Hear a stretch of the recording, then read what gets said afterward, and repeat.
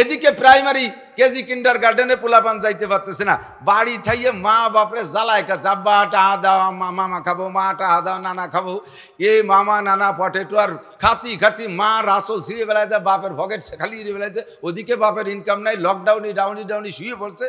কি করবে? কয় যে দেয়া হদি কোন তো স্কুলে গেলি তো বাঁচতাম, তাকে সে বন্ধ হয়ে যে মাদ্রাসাটা খোলা আছে নাকি, ওদিকে যে মাদ্রাসা খোলা, দমাদম সিট মোটে দিতে পারিনি, এত ছাত্র। ওই সময় স্কুল কলেজ বন্ধ, কেজি কিন্ডার গার্ডেন প্রাইমারি বন্ধ, আমরা মাদ্রাসাগুলো খোলা রাখছি। সামনের গেট খোলা রাখলে পুলিশই বাধা দেয়, এই জন্য সামনের গেটে তালা যে পিছন যে দরজাটা কেটে ওই দিয়ে ঢুইছি। আল্লাহ মুস্কি হাসে, হুজুররা তোমরা ওয়াজ করে ছাত্র আনতে পারো না মাদ্রাসা, আমি এক করোনার নাম দিয়ে দাও, কি পরিমাণ ভরি ফেলে, খালি গর্বা নাই ছাড়াও। জায়গা কম, ছাত্র বেশি, সুতি দে ইলিশ পাইলিংয়ের মতো, একটা ঠ্যাঙের মধ্যে একটা পাও বইয়ে দিয়ে কাট করে মুহমুহির শুয়াইতে, একটা নাহের শ্বাস বার হইয়া আর একটা নাক দিয়ে উল্টো বাইতে বার হয়ে গেছে, তবু একটা ছাত্রর করোনা হয়নি, একটা আলেম তালবে আলিমের করোনা হয়নি। কতক্ষণ সারা বাংলাদেশে একজন আলেম উলামার করোনা হয়নি। তো করোনা যদি সোয়াশুই হয় আর এ যদি রোগী হয়, তাহলে তো হুজুররা মরি সাফ হয়ে যাবে। আর করোনার সময় ডেলি মাহফিল করছে, আমার আগে 3 জন বক্তা ওয়াজ করে গেছে, এই শ্বাসের থেকে হালকা হালকা থুকো সেটে মাইক্রোফোনের মধ্যে যায়, এর পরের বক্তা এসে নাক দিয়ে শুয়ে দেয় যে গন্ধ আছে নাকি, তো ওনার করোনা নাহের মধ্যে ঢুয়ে গেছে আগে। তো এই একটা হুজুর তো বক্তার আমরা করোনায় মরলাম না। এই বিলাং ফায়ার দিয়ে করোনার ওষুধ বানাইয়া বেশি কোটি কোটি টাকা কামাই আসছে, পিপি বেচে টাকা কামাই করবে, মাস্ক বেচে টাকা কামাই করবে, ফাঁকে মুসলমানের পাইন মারি ছেড়ে দেবে। সেই করোনার টিকা দেওয়ার কারণে সেই ডাক্তার আজকাল বলতেছে লক্ষ লক্ষ মানুষ চর্মরোগ, খাইজুরি চুলকার দাঁত পাশায় ফসে যাচ্ছে।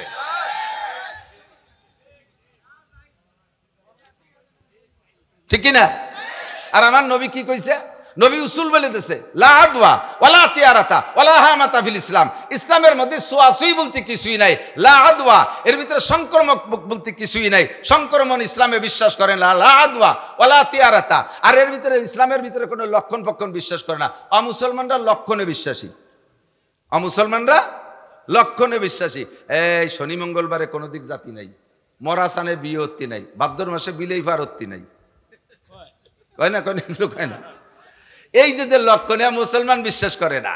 সব দিন মরাসান তাজাসানের মালিক কে? জোর হলো না কে? শনি মঙ্গলবারের মালিক কে? বিশেষ কারণে কোন কোন বারের একটু বরকত আল্লাহ পাক রেখেছেন। হাদিসে আছে, মা মিন শাইইন বুদিয়া ফি ইয়াউমিল আরবা ইল্লা ওয়াকাত তাম্মা। যে কোনো ভালো কাজ বুধবারে শুরু করলে আল্লাহ তাআলা সেটা সম্পূর্ণ করার তৌফিক দান করে। সোমবার আমার নবীর জন্মদিন, দিনটা বলো ভালো, এই হিসেবে ভালো, তাই বলে মঙ্গলবার খারাপ তা কইনি।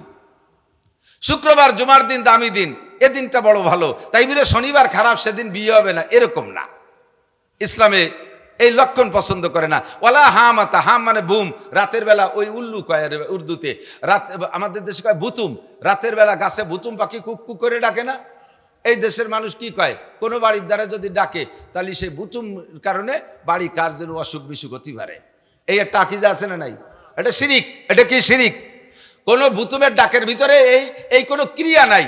বুতুম ডাকবে না, তা কি করবে? তুমি রাত্রি নাহে তেল দিয়ে নাভিতি তেল মাহিয়ে কম্বল মুড়ি দিয়ে ঘুমাই রইছো, ও তো সারা রাত কুক কুক করে জিকির করে, ও তো জিকির করে। সে ডাকলি যদি তোরও অসুখ হয় তা তুই অসুখে যা, মরি যা। সে করে জিকির, সদায়ে কুমরিয়া বাসাদ বকুকু, সদায়ে কুমরিয়া বাসাদ বকুকু, बगोशे मंदराया दल्लहू हो, चमन में चू चुकर कहते हैं बुलबुल के फूलू में अल्लाह मिया तू ही तू है, तू ही तू, तू ही तू है, तू ही तू। ফুলের মধ্যে বুলবুল পাখি মুখ দিয়া আল্লাহ মিয়ার জিকির করে। ফুলের মধ্যে আল্লাহ তুমি, মধুর মধ্যে আল্লাহ তুমি, ফলের মধ্যে আল্লাহ তুমি, সব জায়গা মিষ্টির মধ্যে আল্লাহ তুমি। ফুলের ভিতরে মুখ দিয়ে ডাকে, রাতভর বুতুম পাখি কুক কুক করে আল্লাহর জিকির করে। আর তুমি মনে করো যে অসুখ অসুখ, ও কয় কুক মানে আল্লাহু, আর তুমি শুনো অসুখ। এই বিশ্বাস কয় হুজুর দেখছি, আপনি যাই কন ওইরকম তো হয় দেখি। সে কথা হাদিসে কুদসির মধ্যে আল্লাহ কয়, আনা ইনদা জন্নে আবদি বি, বান্দা আমার সম্পর্কে যেমন ধারণা করে আমি বান্দার সাথে সেরকম আচরণ করি। তুমি যদি মনে করে যে কুক পাখি ডাকলে আগা ফাদা হবে, তাহলেই হবে। আর যদি মনে করে সে তার জিকির করে তো করে। বাড়ির মধ্যে কাউটা উড়িয়ে গেছে ডাকতি ডাকতি, কি যেন দুঃসংবাদ দিয়ে গেল। তা কাউটা বাড়ির মধ্যে ডাকছে কি কইয়া, কা কা করে। তার কি কাকা ছাড়া আর কিছু আছে? সে কি কোরআন শরীফ পড়তে যাবে? তোরা কাবা বেটাতে আলিফ বেও পারিস, তারে কোরআন শরীফ পড়তে কাউকে। সে ডাকলি যদি তোকে গজব হয় তা হোক গজব। বুঝতে হবে কাক তার ডাক ডাকে, সে আল্লাহর জিকির করে। কথা কোন ঠিক না? আমরা সেগুলোকে কোনো ক্রিয়াশীল মনে করব না। লা আদওয়া ওয়ালা তিয়ারাতা ওয়ালা হামাতা ফিল ইসলাম, বিশ্বাস করি নাই। নবী পাক উসুল বলে দেশে, তুমি ওর মধ্যে গবেষণা করে ঢুকে দেখো কি আছে না আছে। আমার নবী বলছেন, এদিক খেয়াল করেন, আমার নবী বলছেন তোমরা কি করো, পাগড়ি পরো, আলাইকুম বিল আমায়েম, পাগড়ি পরো, তোমরা পাগড়ি পরো। নবী কি বলছেন? পাগড়ি পরার কথা বলছেন। সুন্নত পাগড়ি পরে না, আলাইকুম বিল আমায়েম ফান্না সুন্নাতুল মালাইকা, পাগড়ি পরা ফেরেশতাদের সুন্নাত। দাখালা রাসূলুল্লাহ সাল্লাল্লাহু আলাইহি ওয়াসাল্লাম মক্কাতে ইয়াউমাল ফাতহ ওয়া আলাইহি ইমামাতুন সাওদা, মক্কা বিজয়ের দিন নবী যখন মক্কায় ঢুকেন, সাহাবী বর্ণনা করেন আমার নবীর মাথায় ছিল কালো রঙের পাগড়ি। হুজুর কালো পাগড়ি পরতেন, আবার কখনো সাদা পাগড়ি পরতেন, আবার কখনো সবুজ পাগড়ি পরতেন। বদরের যুদ্ধে মুসলমানদের পক্ষে সাহায্য করার জন্য খমসে আলাফি মিনাল মালায়েকাতে মুসাফিমিন 5000 ফেরেশতা পাঠিয়েছেন। বলেন সুবহানাল্লাহ। আরে ভাই দাওয়াত দেই, আইসে গেলে একটু না করছি বলে ভালো ঠেকতেছে না। আপনারা হজে যাবেন হজে, একটুক্ষণ যাবেন? কারা কারা যাবেন? অনেকে হাত উঠে টানাই হয়েছে না, খালি গেলে হাত উঠে লাভ কি? যাবেন না? নিয়ত তো রাখতে পারেন। আল্লাহ কবুল করুক, বলেন আমিন। সবাই থাকতে যাবেন, ওই 80-90 বছর বয়সে যাইয়ে ঠেলা গাড়িতে ঘুরিয়ে বেড়াবেন, কিছু দেখতে পারবেন না। মানে জাবালে নূর পাহাড়, যেটাকে গারে হেরা বলে, খুব উঁচু একটা পাহাড়। আমরা পাতলা মানুষ, আমাদেরই প্রায় 45-50 মিনিট লেগে যায় উঠতে। আর আপনি 80 বছরে যাই ওখানে যে খালি একটা উপর দিক থেকে নিচে ছাড়বেন, সময় মতো আসতে পারলাম না, উঠতে পারলাম না, হাই ফাই সাইডিয়ে গাইমিয়ে ঘুমিয়ে চলে আসবেন। আরো বহুত জায়গা আছে দেখার। এবার যাই, হজের পরে গেছিলাম আমরা, তো যাইয়া একটা পাহাড়ের নাম হচ্ছে জাবালে দাক্কা, সমতলের থেকে 10,000 ফিট উঁচু, সমতলের থেকে 10,000 ফিট উঁচু। এমনি মক্কা থেকে তায়েফ 6,000 ফিট উঁচু, তায়েফের ভিতরে ওই পাহাড়টা আবার 4,000 ফুট উঁচু। এর গাড়ি ঘুরে ঘুরে উপরে উঠা যায়। আমি শেষ পর্যন্ত উঠছি উপরে, নিচে গরম, উপরে যাইয়ে ঠান্ডায় কালাই গেছি, শীত হয়ে গেছে, মেঘ গেসব পানি, মানে বাতাস এসে গায়ে লাগে। আল্লাহু আকবার। তো হজে যাব না ইনশাআল্লাহ? আল্লাহ তাআলা সবাইরে যার তৌফিক দান করে, সবাইরে কবুল করে, বলেন আমিন। কি বলতে যে যেন সরে যাই মাঝে মাঝে। আল্লাহু আকবার। তো নবী আলাইহিস সালাতু ওয়াস সালাম আমাদের জন্য সুন্নতের কি বলা হয় উসুল তৈরি করে দিয়ে গেছেন। হুজুর বলছেন হুজুর উসুল দিয়ে গেছে। তুমি কি করো, আলাইকুম আমায় যাও, মনে পড়ছে। তো এবার গিয়েছিলাম বদরে। সবাই যাবেন, আমি দোয়া করি আল্লাহ যেন সবাইরে যার তৌফিক দেয়। বদরে যাবেন, ঈমান বেড়ে যাবে। 14 জন সাহাবা বদরি, জান্নাতি সাহাবা, যারা শহীদ হয়েছে বদরে, নির্ঘাত সন্দেহ নাই তারা জান্নাতি। শুধু শহীদ না, বদরের যুদ্ধে 313 জনের ভিতরে 14 জন শহীদ হয়েছে আর 299 জন ফিরে আসছে। এই 299 জন এমন মর্যাদা সম্পন্ন মুজাহিদ, আল্লাহ পাক রব্বুল আলামিন তাদের সম্পর্কে বলে গফিরা লাহু মা তাকাদ্দামা মিন যামবি ওয়া মা তাআক্কার, তাদের আগেও পিছে সব গুনাহ আল্লাহ মাফ করে দিয়েছে। বদরের যুদ্ধের থেকে আসার পরে যদি ওই 299 জন আর এক ওয়াক্ত নামাজও না পড়তেন, তবুও তাদের কোনো গুনাহ হতো না, তারা বিনা হিসেবে জান্নাতি। এমন সম্মানে সম্মানিত হয়েছে। 14 জনের নাম একটা অলের গায়ে লেখা আছে, সেখানে দাঁড়িয়ে দোয়া করলাম। মনে হয় যেন আমি যা বলতেছি সব কবুল হয়ে যাচ্ছে, এমন লাগতেছে। যেখানে হুজুর দাঁড়িয়েছিলেন, যেখানে যে ঘরের ভিতরে হুজুর ছিলেন, যে গুহার ভিতরে, সব দেখে আসছে আলহামদুলিল্লাহ। যাবেন, ওর পাশে একটা পাহাড় আছে, খমসাতু আলাফি মিনাল মালাইকা, ওই পাহাড়টার নামই হলো জাবালে মালাইকা, ফেরেশতা পাহাড়। এইটা সম্পূর্ণ বালি দিয়ে, একটা পাথর নাই, একটু মাটি নাই, একেবারেই সে যে কি বালি, মানে স্বর্ণের মতো চিকচিক করতেছে, একেবারে সোনার রং। মনে হয় যেন ওই বালিরে রিফাইন করলে সোনা হবে, এত চিকচিকে বালির পাহাড়। একটু বালি সরতেছে না, বিশাল পাহাড়, উপর পর্যন্ত মনে হয় হবে মানে 1000-1500 ফিট উঁচু হবে এই পাহাড়। এরপর 5000 ফেরেশতা আছে, আলাইহিম ইমামাতুন খাজরা, তাদের মাথায় ছিল সবুজ পাগড়ি, মাথায় ছিল সবুজ পাগড়ি। এই ফেরেশতারা এখান থেকে দল ধরে যায় বদরের থেকে খানিক দূরে, ওখানে নামিয়ে তারপরে দল নিয়ে তারপরে বদরের প্রান্তে যাইয়া মারছে, জোড়া মারামারি দিছে, 70 ডরে বাড়োই শোয়াই বেলায় দিছে। আল্লাহু আকবার। তো ফেরেশতারা পরতেন সবুজ পাগড়ি। আমাদের সরমুনার পিসাবের হুজুরের ভক্তবৃন্দরা সবুজ পাগড়ি পরে, ঠিক না? আবার মুফতি নুরুল আমিন সাহেব, তারপরে মিখলের উলামায়ে কিরাম, আরো উলামায়ে কিরামরা আছে, তারাও কালো পাগড়ি পরে। আবার অনেকে আছে কালো সাদা পাগড়ি পরে। আফগানি মুজাহিদিনদের মাথায় কালো সাদা মিক্সার পাগড়ি। এই পাগড়ির কথা হুজুর বলছেন, পাগড়ি পরো। তা কয় যে হুজুর আপনার সুন্নত এদি মনমোহন সিংও পরে, ভারতের সিং শিখ পাল্টি ওরা কিন্তু পাগড়ি পরে। মনমোহন সিং এর মাথায় যে পাগড়ি, এই পাগড়ি ডেলি পরাই দেওয়ার জন্য যেই কর্মচারী তারও বেতন বলে 2 লাখ টাকা, খালি পাগড়ি বাঁধিয়ে দেবে। যে সময় মনমোহন সিং প্রেসিডেন্ট ছিল, তাই তারাও তো পাগড়ি পরে। তাহলে তাদের পাগড়ি আর আমাদের পাগড়ি, হুজুরকে পার্থক্য হলো তাদের পাগড়ির নিচে টুপি নাই, তোমরা পাগড়ির নিচে টুপি পরবা। যদি পাগড়ি নাও পারো কমপক্ষে টুপিটা পরবা। এই টুপির ভিতরে নবী টুপি পরতে বলছেন। কিন্তু আমরা এটাকে অনেকেই অবজ্ঞা করি। খালি মাথায় নামাজ পড়ে, কয় টুপি কি নামাজের কিছু নাকি, টুপি না বললি নামাজ হয় না। এই একটা টরে না হলি ইডা না হলি হয় না, উডা না হলি হয় না, এই কয়ে কয়ে আস্তে আস্তে সব বাদ দিয়ে শুরু করে দিছে। কতক্ষণ পাঞ্জাবি না হলি নামাজ হয় না, গেঞ্জি ভরে নামাজ হয় না, প্যান্ট ভরে নামাজ হয় না, লুঙ্গি ছাড়া হবে না, ডিলে জামা ছাড়া হবে না, এটা হলি হয় না, ওনা হলি, এই কয়ে কয়ে একটা টরে বাদ দিচ্ছে। সব জায়গার সুন্নত গুলো এই আকাম করে করে বাদ দিচ্ছে। দোস্ত, এবার মেডিকেল সায়েন্সের বিজ্ঞানীরা ওর মধ্যে ডুবইয়া গুটে ঘেটে দেখে যে মোহাম্মদুর রাসূলুল্লাহ মহাবিজ্ঞানী, তার এই টুপির হুকুমের ভিতরে অনেক ফায়দা রয়েছে। যত মেডিকেল স্টুডেন্ট আছে, যত মেডিকেল প্রফেসর আছে, যাবেন মেডিকেল কলেজে যাবেন, হাসপাতালে যাবেন, সমস্ত নার্স, হাসপাতালের ডাক্তার এবং ওর ভিতরে যারা আছে সকলের ডিউটি কালে, রুগী পরিদর্শনকালে বা রুগী চিকিৎসাকালে কমপক্ষে মাথায় ক্যাপ পরে। পরে কি পারে না? কেন পারে? মোহাম্মদুর রাসূল, তোমাদের মোহাম্মদ বড় বিজ্ঞানী ছিল, মাথার চুলের ভিতরে জার্ম জীবাণু ঢুকে মানুষকে ওই রোগে আক্রান্ত করে ফেলতে পারে। এই জন্য টুপি দিয়ে মাথাটাকে ঘিরে রাখতে হয় যাতে চুলির মধ্যে দিয়ে না ঢোকে। তবে তোমাদের মোহাম্মদ এ ব্যাপারে তো সত্যি বিজ্ঞানী, কিন্তু মোহাম্মদ যদি আর একটু বাড়াই দিয়ে যেত তাহলে সমস্যা হতো না। সেটা কি? তোমাকে টুপিতে বারেন্দা নাই, বারেন্দা না থাকার কারণে খরা লাগে, চোখ নষ্ট হয়ে যায়। এই হলো আমাকে কুবুদ্ধি দিয়া শুরু হচ্ছে। তাহলে কি করা যায়? টুপি তোমাদের ভালো কাজ, ওর সাথে একটা বারেন্দা লাগাই নাও। বারেন্দা হলে তার নাম হবে ইংরেজিতে ক্যাপ। বারেন্দা কি সামনে না পিছনে? সামনে। কথাটা কত যুক্তিসঙ্গত। একটা বারেন্দা সামনে থাকলে চোখে ছায়া পড়ে, কপালে খরা লাগে না, ভালো ঠেয়। কি সুন্দর করে বুঝাইছে। উদ্দেশ্য তার ভিতরে আন্ডারগ্রাউন্ডে অন্য কিছু, সেইটি আপনারা বুঝতে দেয় নাই।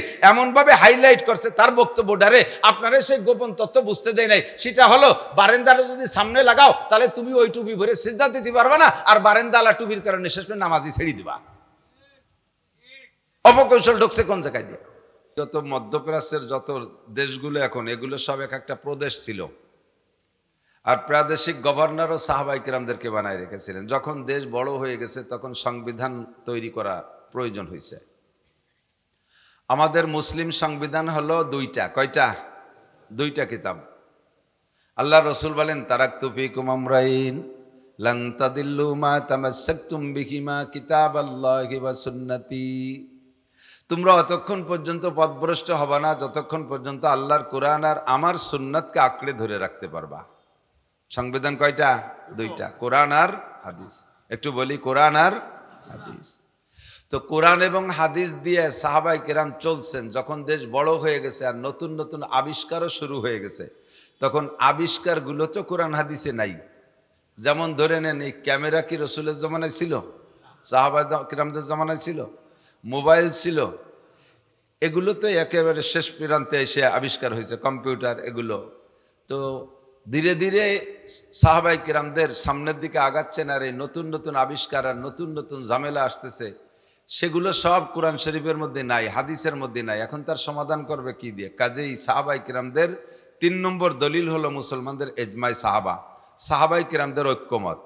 সাহাবায়ে কেরামদের ঐক্যমতে যেটা সিদ্ধান্ত হবে এটাও মানা ফরজ, আল্লাহর অর্ডার, হুজুরে পাক সাল্লাল্লাহু আলাইহি ওয়াসাল্লামের অর্ডার। তখন হযরত ওমর রাদিয়াল্লাহু তাআলা আনহু সংবিধান তৈরি করার জন্য, যেমন আমাদের বর্তমানে সংবিধান নিয়ে ভারী ঝামেলা চলতেছে না, 72-এর সংবিধান চলবে না, 71-এরটা চলবে না, তার আগেরটা চলবে না, তারপরেরটা চলবে না, ফিরে আবার ইন্ডিয়ারটা বানাইতে যাবে, কদিন পর আর একদল আসবে তারা কয় যে ওটাও চলবে না। খালি সংবিধান পাল্টাতে হায়াত শেষ। বাংলাদেশের 12টা বাজে 13টা হয়ে যাবে। তো কোরআন শরীফ আর হাদিস এমন সংবিধান, মুসলিম সংবিধান, সেই 1500 বছর আগেও যেমন চলতো এখনো সেরকম চলে। চলে কি চলে না? কোরআন শরীফের সংবিধান সেই কালে সেই মূর্খদের মধ্যে নাজিল হয়েছে, যে সময় বলা চলে যে প্রযুক্তির কিছুই ছিল না, সে সময়ও কোরআনের আদর্শ যেমন গ্রহণযোগ্যতা রাখতো এখনও হুবহু একই রকম রাখে। সে সময়ও তেলাওয়াত যেমন লাগতো এখনও তেলাওয়াত এরকম লাগে। লাগে কি লাগে না? কোরআন শরীফের কোনো একটা আয়াতকে কি পাল্টানোর প্রয়োজন বলে মনে হয় নাকি? যে এটা এ জামানায় চলে না, এটা আর কিছুদিন আগে ছিল, এমনি বাদ ও জায়গায় আর একটা আয়াত জয় দাও, এরকম কোনো কায়দা আছে নাকি? নাই। তো হযরত ওমর রাদিয়াল্লাহু তাআলা আনহু সাহাবায়ে কিরামদেরকে নিয়ে সংবিধান তৈরি করার জন্য বসছেন। কোরআনকে আগে রাখবেন, যদি কোরআনে থাকে তাহলে সেটা, যদি কোরআনে না পাওয়া যায় হাদিসে খুঁজতে হবে, যদি হাদিসে না পাওয়া যায়, কোরআন হাদিস দুই জায়গা না পাওয়া গেলে এরপরে সাহাবায়ে কিরামদের ঐক্যমত। তো সাহাবায়ে কিরামরা বিভিন্ন নীতির উপরে সংবিধান তৈরি করছেন। লাস্টে এসে ঠেকছে শিক্ষানীতি। কি নীতি? শিক্ষানীতির উপরে সংবিধান তৈরি হবে। তো সাহাবায়ে কিরাম খুঁজলেন কোরআন শরীফের ভিতরে, হ্যাঁ বলা হয়েছে লেখাপড়া করতে হবে। আল্লাহ পাক বলেন, ইয়ারফাকুল হাল ইয়াস্তাবিল্লাযীনা ইয়ালামুনা ওয়াল্লাযীনা লা ইয়ালামুন, জাননেওয়ালা আর না জাননেওয়ালা, শিক্ষিত আর মূর্খ কখনো এক সমান হইতে পারে না। কাদের দাম বেশি? শিক্ষিত লোকের দাম বেশি। আপনি বলেন আর না বলেন, আল্লাহ বলেন ইয়ারফাইল্লাহুল্লাযীনা আমানু মিনকুম ওয়াল্লাযীনা উতুল ইলমা দারাজাত, যাদেরকে আল্লাহ তাআলা ইলম দান করেছেন ঈমানের সাথে, তাদের দাম দুনিয়ায় সবচাইতে বেশি। তাদের দাম সবচাইতে, আপনি আমি স্বীকার করি না করি, আল্লাহর কাছে দাম হলেই তো হলো। হ্যাঁ, আল্লাহ পাক রব্বুল আলামিন বলেন, দুনিয়ার কেউ যদি কেউ একজনকে সম্মান দেয় না, কিন্তু লোকটাকে আমার কাছে খুব ভালো লাগে, সেটা কে? ইন্না আক্রামাকুম ইনদাল্লাহি আতকাকুম, তোমাদের মধ্যে সবচাইতে সম্মানী কে? আমরা বলবো সবচেয়ে সম্মানী বর্তমানে প্রধান উপদেষ্টা, তারপরে স্বরাষ্ট্র উপদেষ্টা, এরপরে পররাষ্ট্র উপদেষ্টা, এরপরে উপদেষ্টা মণ্ডলী, এরপরে সচিবরা, এরপরে সহকারী সচিবরা, এরপরে নামিয়ে এসে ডিসি সাহেবরা, এরপরে টিওনো সাহেবরা আমাদের কাছে সম্মানী। কিন্তু এগুলো যদি নামাজ কালাম না পড়ে, শরীয়ত না মানে, আল্লাহর কাছে ওকে 5 পাইরও দাম নাই, ফুটো ভাইরও দাম নাই। কতক্ষণ? ওগুলো যদি ইমান না থাকে, ওদের ফুটো ভাইরও দাম নাই। ফুটো ভাই চেনেন? গোড়ার ডিম চেনেন? মুরব্বীরা চেনে। আগেরা বলে ফুটো ভাই এক প্রকার ভাই ছিল না, ফুটো ভাইসা। যে ফুটো ভাইয়ের যে দাম তাও আল্লাহর কাছে নাই। কিন্তু এই সমাজে একটা লোক, চরম পড়িত লোক, তারে কেউ কোনো জায়গা ডাকে না। সমাজের যদি 99 জন ডাক পায় আর একজন বাদ যায়, তাহলে ওই বাদ যাওয়ার মধ্যে ওই লোকটা গরিব মানুষ, ফকির, ভিক্ষা করে, কোনো জায়গা ডাক পায় না। বরযাত্রী পাইকারি দরে চলে যায়, তবু ওরে থুয়ে যায়। এমন একটা পরিত্যক্ত লোক। এই লোকটা পাক্কা ইমানদার, 4 পয়সা হারাম, 1 পয়সা হারাম খায় না, বুঝে শুনে সগীরা কবিরা গুনাহ করে না, 5 ওয়াক্ত নিয়মিত নামাজ পড়ে, শেষ রাত্রে উঠে তাহাজ্জুদ পড়ে, ফজর বাদ 2.5 ঘন্টা দাওয়াতের মেহনত করে, আধা ঘন্টা তেলাওয়াত করে, 1 পয়সা হারাম ভক্ষণ করে না, কাউকে একটা গালিগালাজ করে না, আল্লাহকে 24 ঘন্টা ভয় করে চলে। আল্লাহ পাক বলেন, সারা পৃথিবীর উপদেষ্টা, সারা পৃথিবীর সচিব, সারা পৃথিবীর প্রফেসর, কি বলা হয়, প্রেসিডেন্ট, প্রধানমন্ত্রী, সারা বিশ্বের সমস্ত বেঈমান বড় বড় অফিসারকে এক পাল্লায় রাখবা, আর এই যে ফকির মানুষটারে আর এক পাল্লায় রাখবা, এর ওজন হয়ে যাবে আকাশ পাতালের পার্থক্য। সবার চাইতে এই লোকটার দাম বেশি। ইন্না আক্রামাকুম ইনদাল্লাহি আতকাকুম, তোমাদের মধ্যে সবচেয়ে দামি যার ভিতরে আল্লাহর ভয় যত বেশি। ঠিক কিনা? আল্লাহু আকবার। হযরত ওমর ইবনে খাত্তাব রাদিয়াল্লাহু তাআলা আনহু, সাহাবায়ে কিরামদের সাথে তো তুলনা চলে না কারো। তাদের ভিতরে তাকওয়া আর খোদাভীতির কোনো অভাব ছিল? শিক্ষা নীতি নিয়ে আলোচনা করতে যাইয়া কোরআনে খুঁজে পাই নাই। কোরআনের ভিতরে বলা হয়েছে শিক্ষা বড় দামি জিনিস, যারা শিক্ষিত তারা দামি, কিন্তু কতটুকু পড়তে হবে তা বলা হয়নি। হাদিসের ভিতরে আসছে, হুজুর বলেন অনেক শিক্ষার কথা আসছে। হুজুর বলেন, খায়রুকুম মান তাআল্লামাল কুরআনা ওয়া আল্লামা, তোমাদের মধ্যে সবচাইতে দামি ওই ব্যক্তি যে কোরআন পড়ে আর কোরআন পড়ায়, কোরআন শিক্ষা দেয় আর কোরআন শিক্ষা নেয়। এই লোকটা সবচেয়ে দামি। বলেন এই লোকটা, কথা কয় না, এই লোকটা সবচেয়ে দামি। আমরা অবশ্যই জায়গা বলতে যাই অনেক এড্ডাবেড্ডারি বেলাই। হাদিসে কয় সবচেয়ে দামি যে কোরআন পড়ে আর যে কোরআন পড়ায়, কিন্তু আমরা বলি সবচেয়ে দামি যে কোরআন পড়ে আর কোরআন পড়ায়, তার চেয়ে দামি ডিসি। সবচেয়ে ভালো যে কোরআন পড়ে আর কোরআন পড়ায়, তার চেয়ে ভালো এসপি।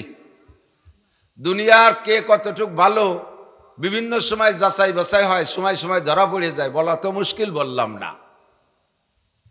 আল্লাহ পাক রব্বুল আলামিন, নবী পাক বলেছেন সবচাইতে ভালো, সবচেয়ে দামি ওই ব্যক্তি যে কোরআন পড়ে আর কোরআন পড়ায়। আপনি মাস্টার, কোরআন পড়েন, দামি হয়ে যান। এটা হুজুর বলে নাই। সবচেয়ে ভালো ওই হাফেজ, সবচেয়ে ভালো ওই মৌলানা, সবচেয়ে ভালো মৌলানা নাসির, সবচেয়ে ভালো শামসুল হক ফরিদপুর। আল্লাহ নাম বলে নাই। এনি ম্যান এভরিবডি, প্রত্যেকটা মানুষ। আপনি স্টুডেন্ট, কলেজের ছাত্র, কোরআন পড়েন, আপনিও দামি হয়ে যাবেন। আপনি ডাক্তার, ইঞ্জিনিয়ার যা হন, তাতে কোনো বাধা নাই। আপনি কোরআনটা পড়ে দামি হয়ে যান।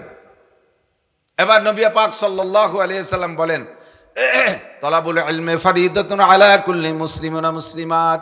দ্বীনি ইলম শিক্ষা করা প্রত্যেকটা মুসলমান নরনারীর উপরে ফরজ। দ্বীনি ইলম শিক্ষা করা প্রত্যেকটা মুসলমান নরনারীর উপরে ফরজ। পরিমাণ কতটুক? পুরুষরা শিখবে, বহুত বড় আলেম হবে, পুরুষরা বয়ান করবে, পুরুষরা ওয়াজ করবে, পুরুষরা ভাষণ দেবে, পুরুষরা গাড়ি চালাবে, পুরুষরা বিমান চালাবে, পুরুষরা ট্রাক চালাবে, পুরুষরা ইউনিয়ন চালাবে, পুরুষরা ওয়ার্ড চালাবে, পুরুষরা থানা চালাবে, পুরুষরা এমপির সিট চালাবে, পুরুষরা মন্ত্রণালয় চালাবে। সব বাহিরের বড় কাজ। পুরুষরা দেশ বিদেশ যাবে, দিনের দাওয়াতের জন্য ইংল্যান্ড যাবে, আমেরিকা যাবে, ফ্রান্স যাবে, ইটালি যাবে, অস্ট্রেলিয়া যাবে, জাপান যাবে, জার্মান যাবে, সারা পৃথিবী পুরুষরা ঘুরবে দাওয়াতের জন্য। কাজেই প্রত্যেকটা ভাষা শেখাও পুরুষের জন্য জরুরি। এটা হলো পুরুষদের শিক্ষানীতি তৈরি হয়ে গেল। এখন মহিলারা কতটুকু শিখবে, তাদের উপর তো ইলমে দ্বীন শিক্ষা করা ফরজ। এই ব্যাপারে কোনো মাপজোব হাদিসের মধ্যে পাওয়া যাচ্ছে না, কোরআন শরীফের আয়াতের মধ্যে কেউ বলতে পারতেছে না, সব থেমে গেছে। দীর্ঘক্ষণ পর্যন্ত বসে থেকে যখন কোনো সুরাহায় আসতে পারছে না, তখন হযরত সাহাবায়ে কেরাম বললেন, হুজুর কোরআন হাদিসে পাইনে যেতে পারে, আমরা বুদ্ধি দেই, একটা কিছু হয়ে যাক, আমরা পরামর্শ দেই। হযরত ওমর বললেন, সংসদ আজকে এই পর্যন্ত, আমার একটা জানার জায়গা আছে, ওই জায়গাতে একটু জানিয়ে নেই, তারপরে বলবো। সংসদ ভেঙ্গে দিয়ে ওনার মেয়ে হাফসা রাদিয়াল্লাহু তাআলা আনহা, নবী পাক সাল্লাল্লাহু আলাইহি ওয়াসাল্লামের স্ত্রী ছিলেন, হযরত সিদ্দিকা আয়েশার সতীন। তখন তো হুজুর নেই, হাফসাকে নিয়ে হযরত ওমর আয়েশার বাড়ি গেলেন, যে বলতেছেন, ইয়া উম্মুল মুমিনিন মা ক্বালা রাসূলুল্লাহ সাল্লাল্লাহু আলাইহি ওয়াসাল্লাম ফি তালিমিন নিসা। মা আয়েশা, তুমি কি বলতে পারো নবী আলাইহিস সালাম নারীদের শিক্ষা সংক্রান্ত কিছু বলেছেন? তোমার কোনো হাদিস জানা আছে? যেখানে হযরত ওমর রাদিয়াল্লাহু তাআলা আনহু নবী পাককে নবুয়তি জিন্দেগি পাইছে 23 বছর, রোল নাম্বার 40 নম্বর সাহাবাদের কাতারে ভর্তি, রোল নাম্বার 40 হযরত ওমরের। যখন পরীক্ষার রেজাল্ট আউট হয়েছে, তখন 1 নম্বর আবু বকর, 2 নম্বর ওমর। এত বড় জলিলুল কদর সাহাবা। হুজুর বলে, লাউকানা বাদি নবিয়্যান লাকানা ওমর, আমার পরে লাউকানা বাদি নবিয়্যুন লাকানা ওমর, আমার পরে যদি আল্লাহ তাআলা কেউকে নবী বানাইতেন, আমার ওমরকে আল্লাহ নবী বানাইতেন।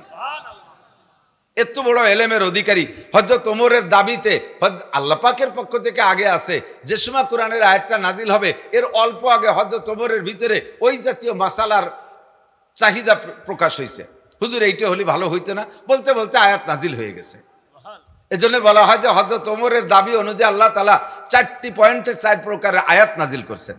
কত বড় এলেমের অধিকারী সেই ওমর যাই আয়েশার কাছে বলতেছে, মা নবী আলাইহিস সালাতু ওয়াস সালাম নারীদের শিক্ষা সংক্রান্ত কিছু বলেছে, তোমার জানা আছে? আমি তো জানি টেনি না। সিদ্দিকা আয়েশা বলেন, কালাত নাম, জি খলিফাতুল মুসলিমিন, আমার জানা আছে। ক্বালা রাসূলুল্লাহ সাল্লাল্লাহু আলাইহি ওয়াসাল্লাম, আল্লিমুহুন্না সূরাতান নূর ওয়া লা তুআল্লিমুহুন্নাল কিতাবাতা। আমি নবী পাকের কাছ থেকে শুনেছি, আল্লিমুহুন্না সূরাতান নূর, নারীদেরকে সূরা নূর শিক্ষা দাও। সূরা নূরের ভিতরে পর্দার আয়াত আছে, সূরা নূরের ভিতরে নারীদের যত আমল সেগুলো বেশি বেশি আলোচনা আছে। সূরা নূর শিক্ষা দাও তথা কোরআন শিক্ষা দাও। নারীদের তিলাওয়াত শুদ্ধ করে শিক্ষা দাও, নারীদের কোরআনের তর্জমা পড়ায়া দাও, তারা কোরআন থেকে মশালা যাতে নিজেরা বুঝে বের করে আমল করতে পারে, এই জন্য নারীদের কোরআন পড়াও, বিশেষ করে সূরা নূরের শিক্ষা দাও। তবে একটা জিনিস খেয়াল রাখবা, ওয়ালা তুআল্লিমুহুন্নাল কিতাবাতা, নারীদেরকে লেখা শিখাবা না। কলেজ মাঠে বৈশা এ কথা বললে সম্পূর্ণ বিরোধ হইয়া যায়। সারা দুনিয়া ব্যাপী পুরুষের চাইতে নারীদের সংখ্যাও বেশি, নারীরা পড়তেছেও বেশি, এবং স্কুল কলেজে দেখা যায় মেয়েদের রেজাল্টও ছেলেদের চাইতে ভালো। আমরা মাদ্রাসাও করেছি নারীদের জন্য, মাদ্রাসাও দেখি ছেলেদের চাইতে মেয়েদের রেজাল্ট ভালো। মেয়েদের জবান ভালো, পরিষ্কার, কণ্ঠ চিকুন, মাত্র 1-1.5 বছরে হাফেজ হয়ে যায়। ছেলেদের 3-4-5 বছর লাগে। ছেলেরা দাড়ি দুড়ি গজায় যায়, বিটা হয়ে যায়, তবু হাফেজের কুলকিনারা ধরতে পারে না। মেয়েরা 1-1.5 বছরে হাফেজ হয়ে যায়। হাতের লেখা চমৎকার। এই যুগে আয়াতের হাদিসের সাথে বিরোধ সৃষ্টি হয়ে গেল। নবী পাক বলেন, ওয়ালা তুআল্লিমুহুন্নাল কিতাবাতা, নারীদেরকে লেখা শিখাবা না। বুঝে উঠতে পারলাম না ঘটনা কি। বিশ্বনবী মুহাম্মদুর রাসূলুল্লাহ যাহা বলেছেন তার ভিতরে অবশ্যই হিকমত নিহিত আছে। কথা বলেন ঠিক কি ঠিক না? আমার আপনার বুঝে না আসলেও তার ভিতরে কল্যাণী আছে। কেন বলেছেন নবী? হুজুর বলেন, কিয়ামতের আগে তাকসুরুন নিসা তাকিল্লুর রিজাল। কিয়ামতের খেয়াল করতেছেন? হুজুর বলেন, কিয়ামতের আগে তাকসুরুন নিসা তাকিল্লুর রিজাল, নারীদের সংখ্যা বেশি হয়ে যাবে, পুরুষের সংখ্যা অনেক কমে যাবে। পার্সেন্ট কেমন হবে? এক একজন পুরুষের জিম্মায় 50 জন করে নারী চলে আসবে, স্ত্রী হিসেবে না। পুরুষ এমন ভাবে নিধন হয়ে যাবে, পুরুষের প্রোটেকশনও কমে যাবে। দেখেন হাসপাতালগুলো যে দেখেন, যেখানে সিজারে বাচ্চা বের হয়, এক সিজারের হাসপাতালের মালিক আমারে বলতেছে, হুজুর কয়েকদিনের ভিতরে আমার ক্লিনিকে 30টে বাচ্চা ডেলিভারি হয়েছে, তার ভিতরে 27টে মাই আর 3টে মাত্র ছেলে। নারীদের প্রোটেকশন, মেয়েদের প্রোটেকশনও বেশি হবে। আবার বিভিন্নভাবে যুদ্ধ বিগ্রহের ভিতরে যায় পুরুষ নিধন হয়ে যাবে। অবশেষে যাইয়া পুরুষের সংখ্যা হবে 2%, আর নারীদের সংখ্যা হবে 98%। অর্থাৎ এক একজন পুরুষের জিম্মায় 50 জন করে মহিলা হবে। এবার মহিলারা যখন লেখাপড়া শিখে উচ্চ শিক্ষায় শিক্ষিত হয়ে যাবে, সংখ্যাগরিষ্ঠর দিক থেকে তারা চাকরি দখল করবে বেশি, তাদের যোগ্যতা বলে চাকরি নেবে বেশি, চাকরি সব ভ্যাকান্সিগুলো নারীরা দখল করবে। পুরুষরা সেই সময় টিকতে পারবে না।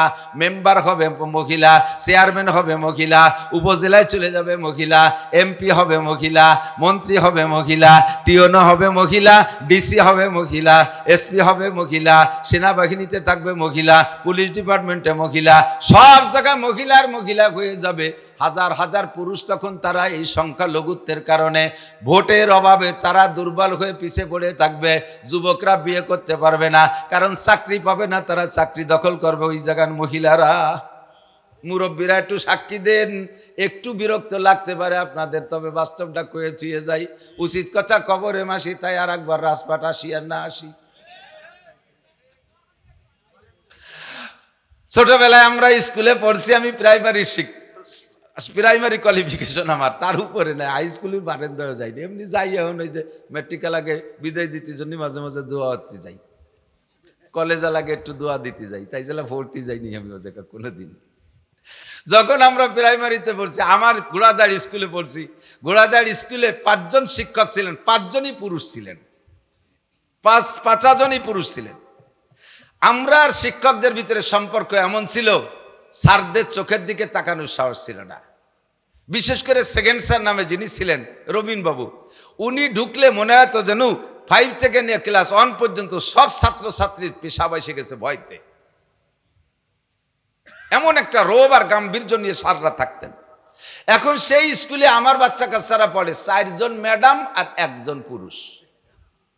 এই 4 ম্যাডামের ভালায় যদি একটা পুরুষ পড়ে, সে মাধ্য হয়ে যায় না? বিটিকে দাবটে, ওর কোনো আহরার ক্ষমতা থাকে? আর ম্যাডামকে যোগ্যতা কতটুক? আমরা ছোটবেলায় বাড়ি থেকে যদি অন্যায় করতাম, আমাদের গার্জিয়ানরা মাস্টারদের কাছে নালিশ করার ভয় দিত, তোর স্যার রে কয়ে দিবানি, এ করলে আমাদের কাম সারা। আর এখন ফুলা মানে স্কুলে আকাম করে, সে জায়গায় কিছু করতে পারে না, তারা যায় গার্জিয়ান, আপনার সাল এই হচ্ছে, আপনার মা এই হচ্ছে, আমার উড়না কেড়ে নিয়ে গেছিল, সেদিন আমার বিস্কুট খেয়ে খেয়ে ফেলাইতেছে। এই ভ্যানানি শুরু হয়েছে। কতক্ষণ? নারীদেরকে আল্লাহ তাআলা ও কাজের জন্য বানায় নাই। তাদের বানানোর উদ্দেশ্য কি?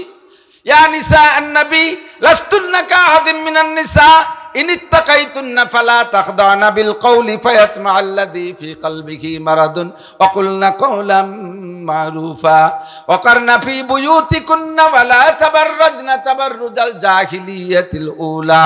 মহিলা, তুমি আওয়াজ তোমার পর্দায় রেখে সর্বদা গানের মেলায় আসর করে হইও না তুমি বেপরদা, কাউন্সিলে আসর করে হইও না তুমি বেপরদা, হাট বাজারে আসর করে হইও না তুমি বেপরদা।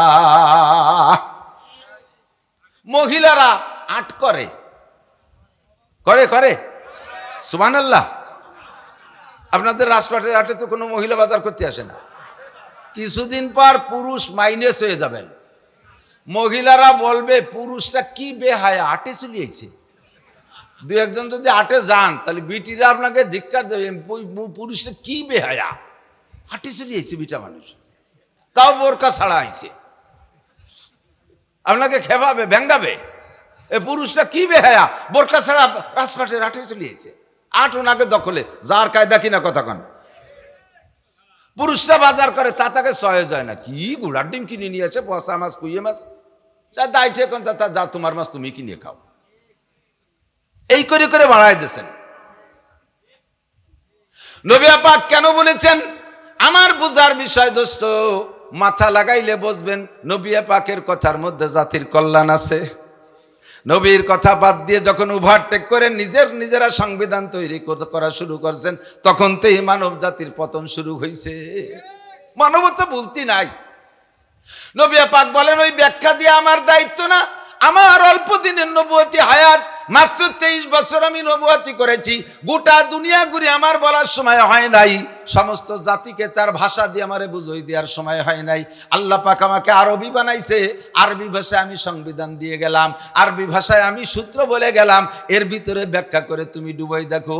আমার নবী বলেছেন, দাড়ি রাখো পুরুষরা, দাড়ি রাখো পুরুষরা, দাড়ি রাখা ওয়াজিব, লম্বা দাড়ি রাখো, কসু সারে বা ওয়াফুল্লোহা, মোসরে ছোট করো, দাড়িরে বড় করো। এর ভিতরে কি কি লাভ আছে এইটা বলার সময় আমার নাই। একদিন তোমরা প্রযুক্তি দিয়ে গবেষণা করে বিজ্ঞান খাটাইয়া এই দাড়ির ফায়দা তোমরা খুঁজে বের করবা। ইদানিংকালে মেডিকেল সায়েন্সের বিজ্ঞানীরা আবিষ্কার করেছে, দাড়ি কাটবেন যত বেশি, দাড়ি পাকবে তত তাড়াতাড়ি। মাথার চুলের উপর দিয়ে উপরেও কাটি, এই সাইডেও কাটি। বলেন তো কোন জায়গার চুল আগে ফাঁকে? এই সাইডের চুল আগে ফাঁকে, কারণ এই জায়গায় বেলেট খুর লাগছে বেশি, ও মায়ের খাইছে বেশি, মায়ের ঠেলাও পাইয়ে গেছে, অকালে বুড়ো হয়ে গেছে। দাড়ি কাটবেন যত বেশি, পাকবে তত বেশি। 2 নম্বরে, দাড়ি কাটলে এর প্রভাব কত দূর যায়? দাড়ি যত বেশি কাটবেন, চোখের পাওয়ার তত বেশি তাড়াতাড়ি নষ্ট হবে।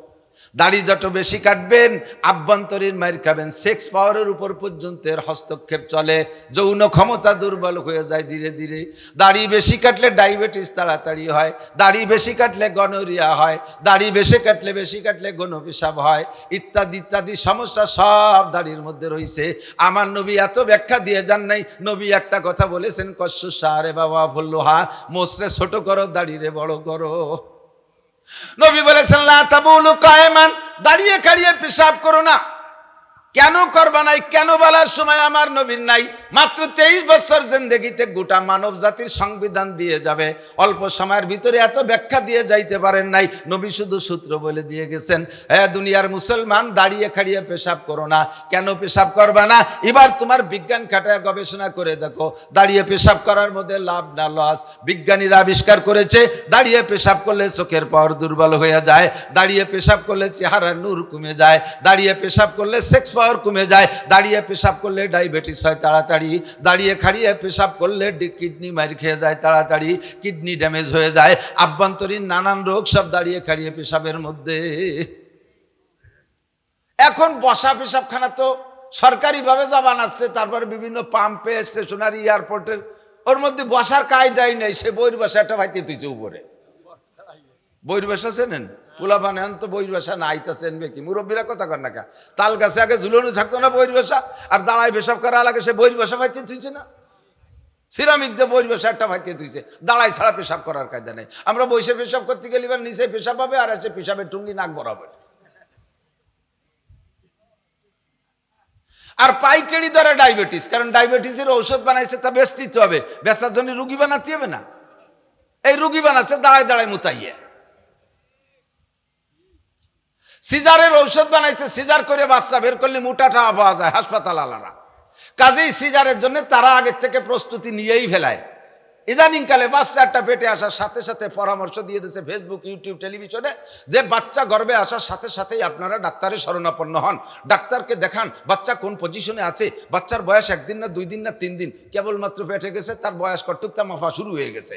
ভ্যান চালায়, রিক্সা চালায়, কিসেন বেছে, সেও বউডারে নিয়ে 1-2 দিন পরে চলে যাবে হাসপাতালে।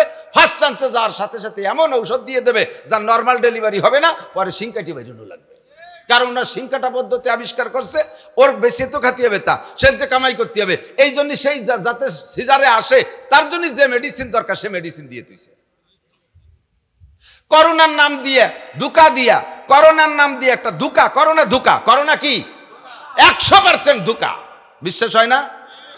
করোনার ধোঁকা দিয়ে স্কুল কলেজ ইউনিভার্সিটি 3 বছর বন্ধ করে রাখছে, কোনো জায়গায় লেখাপড়া নাই, গণসংযোগ সব বাদ। হাট বাজার চলতেছে, সে জায়গা করোনা নাই, করোনা ঢুকছে মসজিদ মাদ্রাসার শিক্ষা প্রতিষ্ঠানে, ঠিক না? এটা একটা অপকৌশল। আর করোনা যে কিছু না, বুয়া, ব্লাং, ফালতু, ধোঁকা, 100 ভাগ গ্যারান্টি দিয়ে আমি বলতে পারি। সে সময়ও কইছি, এখনো কই, সে সময়ও কইতাম। বাড়ি যাওয়ার পরে একদিন আমারে বাড়ির থেকে বলতেছে যে আপনি এই ওয়াজটা বাধ্য করেন, কারণ সারা দুনিয়া হলো করোনার পক্ষে, আর আপনি উল্টোভাবে কইতেছেন কোন সময় ধরে নিয়ে যাবেন। আমি কই নেয় নেই, তবু করতে থাকবো। করোনা যে দুকা, তার প্রমাণ হলো ওই সময় স্কুল কলেজ বন্ধ, কেজি কিন্ডারগার্টেন প্রাইমারি বন্ধ, আমরা মাদ্রাসাগুলো খোলা রাখছি। সামনের গেট খোলা রাখলে পুলিশই বাধা দেয়, এই জন্য সামনের গেটে তালা যে পিছন যে দরজাটা কেটে ওই দিকে ঢুইছি। এদিকে প্রাইমারি কেজি কিন্ডারগার্টেনে পোলাপান যাইতে পারতেছে না, বাড়ি থাইয়ে মা বাপরে জ্বালায় কাছে, আব্বা টাহা দাও, মামা খাবো, মা টাহা দাও, নানা খাবো, এই মামা নানা পটেটো আর খাতি মা রাসল ছিঁড়ে বেলায় দেয়, বাপের ভগেট খালি বেলাইতে, ওদিকে বাপের ইনকাম নাই, লকডাউনে ডাউনি শুয়ে পড়ছে। কি করবে? কয় যে দেয়া হদি কোন তো স্কুলে গেলি তো বাঁচতাম, তাকে সে বন্ধ হইয়ে দে, মাদ্রাসাটা খোলা আছে নাকি? ওদিকে যে মাদ্রাসা খোলা, দমাদম সিট মোটে দিতে পারিনি, এত ছাত্র। আল্লাহ মুস্কি হাসে, হুজুররা তোমরা ওয়াজ করে ছাত্র আনতে পারো না মাদ্রাসা, আমি এক করোনার নাম দিয়ে দাও, কি পরিমাণ ভরি ফেলে, খালি গর্ব নাই ছাড়ো। জায়গা কম, ছাত্র বেশি, সুতি দে ইলিশ পাইলিংয়ের মধ্যে, একটা ঠ্যাঙের মধ্যে একটা পাও বইরে দিয়ে কাজ করে মুহুরি শোয়াই, তুই একটা নাহের শ্বাস বারো, আর একটা নাক দিয়ে উল্টো বাইতে বার হয়ে গেছে, তবু একটা ছাত্রর করোনা হয়নি, একটা আলেম তালবে আলেমের করোনা হয়নি। কথা কন, সারা বাংলাদেশে একজন আলেম উলামার করোনা হয়নি। তো করোনা যদি সোয়াশুই হয় আর এ যদি রোগী হয়, তাহলে তো হুজুররা মরি সাফ হয়ে যাবে। আর করোনার সময় ডেলি মাহফিল করছে, আমার আগে 3 জন বক্তা ওয়াজ করে গেছে, এই শ্বাসের থেকে হালকা থুকো সেটে মাইক্রোফোনের মধ্যে যায়, এর পরের বক্তা এসে নাক দিয়ে শুয়ে দেওয়া যে গন্ধ আছে নাকি, তো উনার করোনা নাহের মধ্যে ঢুয়ে গেছে আগে। তো এই একটা হুজুর তো বক্তার আমরা করোনায় মরলাম না। এই বিলাং ফায়ার দিয়ে করোনার ওষুধ বানাইয়া বেশি কোটি টাকা কামাই হচ্ছে, পিপি বেচে টাকা কামাই করবে, মাস্ক বেচে টাকা কামাই করবে, ফাঁকে মুসলমানের পাইন মারি ছেড়ে দেবে। সেই করোনার টিকা দেওয়ার কারণে সেই ডাক্তার আজকাল বলতেছে লক্ষ মানুষ চর্মরোগ, খাইজুরি চুলকার দাঁত পাশায় ফসে যাচ্ছে।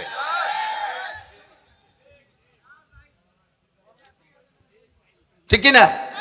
আর আমার নবী কি কইছে? নবী উসুল বলে দিয়েছে, লা আদওয়া ওয়ালা তিয়ারাতা ওয়ালা হামাতা ফিল ইসলাম। ইসলামের মধ্যে সোয়াসুই বলতে কিছুই নাই, লা আদওয়া, এর ভিতরে সংক্রমক বলতে কিছুই নাই। সংক্রমণ ইসলামে বিশ্বাস করেন না, লা আদওয়া ওয়ালা তিয়ারাতা। আর এর ভিতরে ইসলামের ভিতরে কোনো লক্ষণ পক্ষণ বিশ্বাস করে না। অমুসলমানরা লক্ষণে বিশ্বাসী, অমুসলমানরা লক্ষণে বিশ্বাসী। এই শনি মঙ্গলবারে কোনো দিক জাতি নাই, মরাসানে বিয়ে হত্তি নাই, ভাদ্র মাসে বিলেই পার হত্তি নাই, কয় না কয় না। এই যে লক্ষণে মুসলমান বিশ্বাস করে না। সব দিন মরাসান তাজাসানের মালিক কে? জোর হলো না কে? শনি মঙ্গলবারের মালিক কে? বিশেষ কারণে কোন বারের একটু বরকত আল্লাহ পাক রেখেছেন। হাদিসে আছে, মা মিন শাইইন বুদিয়া ফি ইয়াউমিল আরবা ইল্লা ওয়াকাত তাম্মা। যে কোনো ভালো কাজ বুধবারে শুরু করলে আল্লাহ তাআলা সেটা সম্পূর্ণ করার তৌফিক দান করে। সোমবার আমার নবীর জন্মদিন, দিনটা বলো ভালো, এই হিসেবে ভালো, তাই বলে মঙ্গলবার খারাপ তা কইনি। শুক্রবার জুমার দিন দামি দিন, এ দিনটা বড় ভালো, তাই বলে শনিবার খারাপ, সেদিন বিয়ে হবে না, এরকম না। ইসলামে এই লক্ষণ পছন্দ করে না। ওয়ালা হামাতা, হাম মানে বুম, রাতের বেলা ওই উল্লু কয় উর্দুতে, রাত আমাদের দেশে কয় বুতুম, রাতের বেলা গাছে বুতুম পাখি কুক কুক করে ডাকে না? এই দেশের মানুষ কি কয়, কোনো বাড়ির দ্বারা যদি ডাকে তাহলে সেই বুতুম কারণে বাড়ি কার যেন অসুখ বিসুখ হতে পারে। এই একটা আকিদা আছে না নাই? এটা শিরিক। এটা কি শিরিক? কোন বুতুমের ডাকের ভিতরে এই কোনো ক্রিয়া নাই। বুতুম ডাকবে না, তা কি করবে? তুমি রাত্রি নাহে তেল দিয়ে নাভিতি তেল মাহিয়ে কম্বল মুড়ি দিয়ে ঘুমাই রইছো, ও তো সারা রাত কুক কুক করে জিকির করে, ও তো জিকির করে। সে ডাকলি যদি তোরও অসুখ হয় তা তুই অসুখে যা, মরি যা। সে করে জিকির, সদায়ে কুমরিয়া বাসাদ বকুকু, সদায়ে কুমরিয়া বাসাদ বকুকু, बगोशे मंदराया दल्लहू, चमन में चू चुकर कहते हैं बुलबुल के फूलू में अल्लाह मिया तू ही तू है, तू ही तू, तू ही तू है, तू ही तू। ফুলের মধ্যে বুলবুল পাখি মুখ দিয়া আল্লাহ মিয়ার জিকির করে। ফুলের মধ্যে আল্লাহ তুমি, মধুর মধ্যে আল্লাহ তুমি, ফলের মধ্যে আল্লাহ তুমি, সব জায়গা মিষ্টির মধ্যে আল্লাহ তুমি। ফুলের ভিতরে মুখ দিয়ে ডাকে, রাতভর বুতুম পাখি কুক কুক করে আল্লাহর জিকির করে। আর তুমি মনে করো যে অসুখ, অসুখ, ও কয় কুক মানে আল্লাহু, আর তুমি সরো অসুখ। এই বিশ্বাস কয় হুজুর দেখছি, আপনি যাই কন ওরকম তো হয় দেখি। সে কথা হাদিসে কুদসির মধ্যে আল্লাহ কয়, আনা ইনদা জন্নে আবদি, বান্দা আমার সম্পর্কে যেমন ধারণা করে আমি বান্দার সাথে সেরকম আচরণ করি। তুমি যদি মনে করো যে কুক পাখি ডাকলে আগা ফাদা হবে, তাহলেই হবে। আর যদি মনে করে সে তার জিকির করে তো করে, বাড়ির মধ্যে কাউটা উড়িয়ে গেছে ডাকতি ডাকতি, কি যেন দুঃসংবাদ দিয়ে গেল। তা কাউটা বাড়ির মধ্যে ডাকছে কি কইয়া, কা কা করিয়ে, তার কি কাকা ছাড়া আর কিছু আছে? সে কি কোরআন শরীফ পড়তে যাবে? তোরা কাবা বেটাতে আলিফ বেও পারিস, তারে কোরআন শরীফ পড়তে কাউকে। সে ডাকলি যদি তোকে গজব হয় তা হোক গজব, বুঝতে হবে কাক তার ডাক ডাকে, সে আল্লাহর জিকির করে। কথা কোন ঠিক না? আমরা সেগুলোকে কোনো ক্রিয়াশীল মনে করব না। লা আদওয়া ওয়ালা তিয়ারাতা ওয়ালা হামাতা ফিল ইসলাম, বিশ্বাস করি নাই। নবী পাক উসুল বলে দেশে, তুমি ওর মধ্যে গবেষণা করে ঢুকে দেখো কি আছে না আছে। আমার নবী বলছেন, এদিক খেয়াল করেন, আমার নবী বলছেন তোমরা কি করো, পাগড়ি পরো, আলাইকুম বিল আমায়েম, পাগড়ি পরো, তোমরা পাগড়ি পরো। নবী কি বলছেন? পাগড়ি পরার কথা বলছেন। সুন্নত পাগড়ি পরে না, আলাইকুম বিল আমায়েম ফান্না সুন্নাতুল মালাইকা, পাগড়ি পরা ফেরেশতাদের সুন্নাত। দাখালা রাসূলুল্লাহ সাল্লাল্লাহু আলাইহি ওয়াসাল্লাম মক্কাতে ইয়াউমাল ফাতহ ওয়া আলাইহি ইমামাতুন সাওদা, মক্কা বিজয়ের দিন নবী যখন মক্কা ঢুকেন, সাহাবী বর্ণনা করেন আমার নবীর মাথায় ছিল কালো রঙের পাগড়ি। হুজুর কালো পাগড়ি পরতেন, আবার কখনো সাদা পাগড়ি পরতেন, আবার কখনো সবুজ পাগড়ি পরতেন। বদরের যুদ্ধে মুসলমানদের পক্ষে সাহায্য করার জন্য খমসত আলাফি মিনাল মালায়েকাতে মুসাফিমিন 5000 ফেরেশতা পাঠিয়েছেন। বলেন সুবহানাল্লাহ। আরে ভাই দাওয়াত দেই, আইসে গেলে একটু না করতে বলি ভালো ঠেকতেছে না। আপনারা হজে যাবেন, যাবেন হজে, একটুক্ষণ যাবেন? কারা কারা যাবেন? অনেকে হাত উঠে টানাই পয়সা নেই, খালি গেলে হাত উঠে লাভ কি? যাবেন না? নিয়ত তো রাখতে পারেন, আল্লাহ কবুল করুক, বলেন আমিন। সবাই থাকতে যাবেন, ওই 80-90 বছর বয়সে যাইয়ে ঠেলা গাড়িতে ঘুরিয়ে বেড়াবেন, কিছু দেখতে পারবেন না। মানে জাবালে নূর পাহাড়, যেটাকে গারে হেরা বলে, খুব উঁচু একটা পাহাড়। আমরা পাতলা মানুষ, আমাদেরই প্রায় 45-50 মিনিট লেগে যায় উঠতে। আর আপনি 80 বছরে যাই ওখানে যে খালি একটা উপর দিকটা নিচে ছাড়বেন, সময় মতো আসতে পারলাম না, উঠতে পারলাম না, হাই ফাই সাইডিয়ে গাইমিয়ে ঘুমিয়ে চলে আসবেন। আরো বহুত জায়গা আছে দেখার। এবার যাই, হজের পরে গেছিলাম আমরা, তো যাইয়া একটা পাহাড়ের নাম হচ্ছে জাবালে দাক্কা, সমতলের থেকে 10,000 ফিট উঁচু, সমতলের থেকে 10,000 ফিট উঁচু। এমনি মক্কা থেকে তায়েফ 6,000 ফিট উঁচু, তায়েফের ভিতরে ওই পাহাড়টা আবার 4,000 ফুট উঁচু। এর গাড়ি ঘুরে ঘুরে উপরে উঠা যায়। আমি শেষ পর্যন্ত উঠছি উপরে, নিচেই গরম, উপরে যাইয়ে ঠান্ডায় কালাই গেছি, শীত হয়ে গেছে, মেঘ গেসা পানি, মানে বাতাস এসে গায়ে লাগে। আল্লাহু আকবার। তো হজে যাব না ইনশাআল্লাহ? আল্লাহ তাআলা সবাইরে যার তৌফিক দান করে, সবাইরে কবুল করে, বলেন আমিন। কি বলতে যে যেন সরে যাই মাঝে মাঝে। আল্লাহু আকবার। তো নবী আলাইহিস সালাতু ওয়াস সালাম আমাদের জন্য সুন্নতের কি বলা হয় উসুল তৈরি করে দিয়ে গেছেন। হুজুর বলছেন হুজুর উসুল দিয়ে গেছে। তুমি কি করো, আলাইকুম আমায় যাও, মনে পড়ছে। তো এবার গিয়েছিলাম বদরে, সবাই যাবেন, আমি দোয়া করি আল্লাহ যেন সবাইরে যার তৌফিক দেয়। বদরে যাবেন, ঈমান বেড়ে যাবে। 14 জন সাহাবা বদরি, জান্নাতি সাহাবা, যারা শহীদ হয়েছে বদরে, নির্ঘাত সন্দেহ নাই তারা জান্নাতি।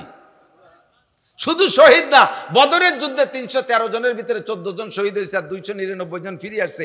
এই 299 জন এমন মর্যাদা সম্পন্ন মুজাহিদ, আল্লাহ পাক রব্বুল আলামিন তাদের সম্পর্কে বলে গফির লাহু মা তাকাদ্দামা মিন যামবি ওয়া মা তাআক্কার, তাদের আগেও পিছে সব গুনাহ আল্লাহ মাফ করে দিয়েছে। বদরের যুদ্ধের থেকে আসার পরে যদি ওই 299 জন আর এক ওয়াক্ত নামাজও না পড়তেন, তবুও তাদের কোনো গুনাহ হতো না, তারা বিনা হিসেবে জান্নাতি। এমন সম্মানে সম্মানিত হয়েছে। 14 জনের নাম একটা অলের গায়ে লেখা আছে, সেখানে দাঁড়িয়ে দোয়া করলাম, মনে হয় যেন আমি যা বলতেছি সব কবুল হয়ে যাচ্ছে, এমন লাগতেছে। যেখানে হুজুর দাঁড়িয়েছিলেন, যেখানে যে ঘরের ভিতরে হুজুর ছিলেন, যে গুহার ভিতরে, সব দেখে আসছে আলহামদুলিল্লাহ। যাবেন, ওর পাশে একটা পাহাড় আছে, খমসত আলাফি মিনাল মালাইকা, ওই পাহাড়টার নামই হলো জাবালে মালাইকা, ফেরেশতা পাহাড়। এটা সম্পূর্ণ বালি দিয়ে, একটা পাথর নাই, একটু মাটি নাই, একেবারেই সে যে কি বালি, মানে স্বর্ণের মতো চিকচিক করতেছে, একেবারে সোনার রং। মনে হয় যেন ওই বালিরে রিফাইন করলে সোনা হবে, এত চিকচিকে বালির পাহাড়, একটু বালি সরতেছে না, বিশাল পাহাড়, উপর পর্যন্ত মনে হয় হবে মানে 1000-1500 ফিট উঁচু হবে এই পাহাড়। এরপর 5000 ফেরেশতা আছে, আলাইহিম ইমামাতুন খাজরা, তাদের মাথায় ছিল সবুজ পাগড়ি, মাথায় ছিল সবুজ পাগড়ি। এই ফেরেশতারা এখান থেকে দল ধরে যায় বদরের থেকে খানিক দূরে, ওখানে নামিয়ে তারপরে দল নিয়ে তারপরে বদরের প্রান্তে যাইয়া মারছে, জোড়া মারামারি দিছে, 70 ডরে বাড়ই শোয়া বেলায় দিছে। আল্লাহু আকবার। তো ফেরেশতারা পরতেন সবুজ পাগড়ি। আমাদের সরমুনায় পিস সাহেবের হুজুরের ভক্তবৃন্দরা সবুজ পাগড়ি পরে, ঠিক না? আবার মুফতি নুরুল আমিন সাহেব, তারপরে মিখলের উলামায়ে কিরাম, আরো উলামায়ে কিরামরা আছে, তারাও কালো কালো পাগড়ি পরে। আবার অনেকে আছে কালো সাদা পাগড়ি পরে। আফগানি মুজাহিদিনদের মাথায় কালো কালো সাদা মিক্সার পাগড়ি। এই পাগড়ির কথা হুজুর বলছেন, পাগড়ি পরো। তা কয় যে হুজুর আপনার সুন্নতে দি এইটা মনমোহন সিংও পরে, ভারতের শিখ পার্টি, ওরা কিন্তু পাগড়ি পরে। মনমোহন সিং এর মাথায় যে পাগড়ি, এই পাগড়ি ডেলি পরাই দেওয়ার জন্য যেই কর্মচারী, তারও বেতন বলে 2 লাখ টাকা, খালি পাগড়ি বাঁধিয়ে দেবে। যে সময় মনমোহন সিং প্রেসিডেন্ট ছিল, তাই তারাও তো পাগড়ি পরে। তাহলে তাদের পাগড়ি আর আমাদের পাগড়ি, হুজুরকে পার্থক্য হলো তাদের পাগড়ির নিচে টুপি নাই, তোমরা পাগড়ির নিচে টুপি পরবা। যদি পাগড়ি নাও পারো কমপক্ষে টুপিটা পরবা। এই টুপির ভিতরে নবী টুপি পরতে বলছেন। কিন্তু আমরা এটাকে অনেকেই অবজ্ঞা করি। খালি মাথায় নামাজ পড়ে, কয় টুপি কি নামাজের কিছু নাকি, টুপি না বললি নামাজ হয় না। এই একটা টরে না হলি ইডা না হলি হয় না, উডা না হলি হয় না, এই কয়ে আস্তে আস্তে সব বাদ দিয়ে শুরু করে দিয়েছে। কতক্ষণ পাঞ্জাবি না হলি নামাজ হয় না, গেঞ্জি ভরে নামাজ হয় না, প্যান্ট ভরে নামাজ হয় না, লুঙ্গি ছাড়া হবে না, ডিলে জামা ছাড়া হবে না, এটা হলি হয় না, ওনা হলি, এই কয়ে একটা টরে বাদ দিচ্ছে। সব জায়গার সুন্নতগুলো এই আকাম করে বাদ দিচ্ছে। দোস্ত, এবার মেডিকেল সায়েন্সের বিজ্ঞানীরা ওর মধ্যে ডুবইয়া গুটে ঘেটে দেখে যে মুহাম্মদুর রাসূলুল্লাহ মহাবিজ্ঞানী, তার এই টুপির হুকুমের ভিতরে অনেক ফায়দা রয়েছে। যত মেডিকেল স্টুডেন্ট আছে, যত মেডিকেল প্রফেসর আছে, যাবেন মেডিকেল কলেজে যাবেন, হাসপাতালে যাবেন, সমস্ত নার্স, হাসপাতালের ডাক্তার এবং ওর ভিতরে যারা আছে, সকলের ডিউটিকালে, রুগী পরিদর্শনকালে বা রুগী চিকিৎসাকালে কমপক্ষে মাথায় ক্যাপ পরে কি পারে না? কেন পারে? মুহাম্মাদুর রাসূল, তোমাদের মুহাম্মদ বড় বিজ্ঞানী ছিল, মাথার চুলের ভিতরে জার্ম জীবাণু ঢুকে মানুষকে ওই রোগে আক্রান্ত করে ফেলতে পারে। এই জন্য টুপি দিয়ে মাথাটাকে ঘিরে রাখতে হয় যাতে চুলির মধ্যে দিয়ে না ঢোকে। তবে তোমাদের মুহাম্মদ এ ব্যাপারে তো সত্যি বিজ্ঞানী, কিন্তু মুহাম্মদ যদি আর একটু বাড়াই দিয়ে যেত তাহলে সমস্যা হতো না। সেটা কি? তোমাকে টুপিতে বারেন্দা নাই, বারেন্দা না থাকার কারণে খরা লাগে, চোখ নষ্ট হয়ে যায়। এই হলো আমাকে কুবুদ্ধি দিয়া শুরু করছে। তাহলে কি করা যায়? টুপি তোমাদের ভালো কাজ, ওর সাথে একটা বারেন্দা লাগাই নাও। বারেন্দা হলে তার নাম হবে ইংরেজিতে ক্যাপ। বারেন্দা কি সামনে না পিছনে? সামনে। কথাটা কত যুক্তিসঙ্গত। একটা বারেন্দা সামনে থাকলে চোখে ছায়া পড়ে, কপালে খরা লাগে না, ভালো ঠেয়। কি সুন্দর করে বুঝাইছে। উদ্দেশ্য তার ভিতরে আন্ডারগ্রাউন্ডে অন্য কিছু, সেইটি আপনারা বুঝতে দেয় নাই। এমনভাবে হাইলাইট করছে তার বক্তব্যটারে, আপনারা সেই গোপন তথ্য বুঝতে দেয় নাই। সেটা হলো বারেন্দাটা যদি সামনে লাগাও তাহলে তুমি ওই টুপি ভরে সিজদা দিতে পারবে না, আর বারেন্দালা টুপির কারণে শেষ পর্যন্ত নামাজি ছেড়ে দিবা। অপকৌশল ঢুকছে কোন জায়গায় দিয়ে? নবী পাক এজন্যই বলেন, মান তামাসসাকা বিসুন্নতি ইনদা ফাসাদে উম্মতি ফালাহু আজরু মিয়াতি শাহীদ। যেই সময় মুসলমানদের অলসতার কারণে, আমাদের মুসলমানদের খেয়াল করে না, যে সময় মুসলমানদের অলসতার কারণে অথবা অমুসলমানদের অপষড়যন্ত্রের শিকার হইয়া তোমাদের মধ্য থেকে এভাবে একটা একটা করে সুন্নাত বিলুপ্ত হতে থাকবে, এক একটা করে সুন্নাত বিলুপ্ত হতে থাকবে। নিচে দস্তারখান বিছে খানা খাইলে পেট ভরে খানা খাওয়া যায় না, এই জন্য টেবিলের উপরে ভাত রয়েছে, চেয়ারে পারবো সে একেবারে বাসের সুঙ্গ কায়দায় গাদাবা পরান ভরে ভ্যাট ভরে খাতি পারবা। রান্ধি বান্ধে যদি রান্না বান্না করে ঠিক মতো খাতি না পারো, এই হয় আর কুজে হয়ে বসে গেলে খাওয়া যায় না। এই জন্য চেয়ার টেবিল আনি দিতেছে, ফাঁকে দস্তারখানটা বাদ হয়ে গেছে। কতক্ষণ? যখন মুসলমানদের ষড়যন্ত্রের শিকার হইয়া মুসলমানদের ভিতর থেকে সুন্নাতগুলো চলে যেতে থাকবে। হে আমার প্রাণ প্রিয় কলেজ স্টুডেন্ট, আমার দেশের বাপ ও ভাইয়েরা, একটু লক্ষ্য করে শুনুন। আল্লাহ নবী বলেন, ওই সময় যদি একটা সুন্নতকে মহাব্বত করে জিন্দা করার উদ্দেশ্যে আমল করো, তাহলে উহুদ আর বদরে যাইয়া যেই সকল সাহাবায়ে কেরাম শাহাদাত বরণ করেছে, তোমার বাংলাদেশি শহীদ না, তোমার বাংলাদেশি শহীদ না, আরে উহুদ বদর খন্দকে যে যারা শাহাদাত বরণ করেছে, এই রকম শহীদের 100 শহীদের যেই নেকি, একটা সুন্নতের বিনিময়ে আপনাকে সমপরিমাণ নেকি দান করা হবে। বদরের শহীদরা কত দামি শহীদ, উহুদের শহীদরা কত দামি শহীদ। উহুদের শহীদদের ভিতরে একজনের নাম সাইয়্যিদুশ শুহাদা হামজা রাদিয়াল্লাহু তাআলা আনহু, নবী পাকের প্রিয় চাচা। 80-র উপরে তীর তরবারির আঘাত খেয়ে শাহাদাত বরণ করেছে, চেহারাটা চেনা যাচ্ছিল না। আর একজন শহীদ যুবক, আমার যুবক, আর একজন শহীদ যুবক শহীদ সবে মাত্র বিবাহ করেছে, নতুন স্ত্রী নিয়ে মাত্র 2-1 রাত বাসর করেছে। এর মধ্যে ডাক আসছে, চলে গেছে নবী পাকের সাথে জেহাদে যে শাহাদাত বরণ করেছে, অথচ তার গোসল, ফরজ গোসল পর্যন্ত বাকি ছিল। আল্লাহু আকবার। এই ফরজ গোসল করানোর জন্য ফেরেশতারা তাকে শহীদদের কাতার থেকে আকাশে উঠাই নিয়া জান্নাতের পানিতে গোসল করাইয়া ফরজ গোসল আদায় করে তারপরে জমিনে রেখে দিয়েছেন। এর নাম হলো গসিলুল মালাইকা হানজালা রাদিয়াল্লাহু তাআলা আনহু। এইরকম শহীদের 100 শহীদের যেই সওয়াব, আমার বন্ধু যুবকরা, কলেজের ছাত্ররা, আমার বাপ ও ভাইয়েরা, একটা সুন্নতের পর আমল করলে সম পরিমাণ নেকি দেবে বলে নবী পাক ওয়াদা করেছেন। সুন্নত এখন মিটে যাওয়ার পথে, বিলুপ্ত হওয়ার পথে। সুন্নতের পর আমল করলে ক্রিটিসাইজ করে, কথা কয়টা? সুন্নতের পর আমল করলে ক্রিটিসাইজ করে। আপনি গাছের থেকে একটা মেশক ভাঙিয়ে মাপি মধ্যে সুন্নতি একটা মেশক দিয়ে সকালবেলা মেশক করবেন, আপনার সমসাথী বন্ধুরা বলবে পয়সা কয় বরে নিয়ে যাবা, একটা বিরাস কেনারটা হয় না, যাও রাস্তার চৌরাস্তায় থাল পাইতে বসকে পয়সা দেওয়ানি বিরাস কিনে নে। সুরা, তোর 1 কোটি টাকা দামের বিরাস আর 1 লাখ টাকা দামের পেস্ট ব্যবহার করলে আইকন্যে কি হবে না? আর এই গাছের ডাল ভেঙে বিরাস দিয়ে মেশক দিয়ে এ পাশে থেকে ও পাশে একটা ডলা দিলে 100 শহীদের সওয়াব হবে। এই ঠাট্টা করে কি করে না কতক্ষণ? বড় লোক, আমাকে চেয়ারম্যান সাহেব দেলোয়ার ভাইজান, উনার বাসায় যদি এখন না থাকে, উনি বড় লোক না কি আমি জানি না, আগে তো ধনী ছিল, কি হয়েছে এ বড় লোকের বাসায় যদি ডাইনিং টেবিল না থাকে, সেম সাইজের বড় লোক আর একজন যদি ওই বাসায় যায় ঠাট্টা করে, এতটাই যে কি করবেন, তা কি কবরে নিয়ে যেতে পারে, একটা ডাইনিং টেবিল বানাতে পারেন না? যদি না থাকে তাহলে আমাকে বাড়ি তাইলেও ঠিলি আছে, 3 ঠিলের পর থাল দেবেন আর 2 ঠিলে বাদ দিয়ে চেয়ার বানায় বসবেন। ঠাট্টা দস্তারখান বিছে খানা খায়। আমরা সেদিনকে ডিসি সাহেবের দাওয়াতে গিয়েছিলাম, ডিসি সাহেবের বাসায় দাওয়াত দিয়েছিলেন, গোপালগঞ্জ, আমাদের বর্তমান রানিং ডিসি সাহেব দাওয়াত দিয়েছে। যে গেলাম, জজ সাহেব, দায়রা জজ, এসপি সাহেব, ডিসি সাহেব আর চিফ জুডিশিয়াল ম্যাজিস্ট্রেট, আর আমরা 10 জন হুজুর। আল্লাহ, রাত 10টা 10:30 পর্যন্ত গল্প। এরপরে আমাদের নিয়ে খাইতে বসছে। তো এসপি সাহেব, জজ সাহেব, উন্ডা তো আমার মনে হয় দস্তারখান এই খান সাহেবরে কোনোদিনও চেনে না। ডিসি সাহেবের বাসায় প্রত্যেকের সামনে দস্তারখান দিয়ে ফ্লোরে খাইতে বসতে দিয়েছে।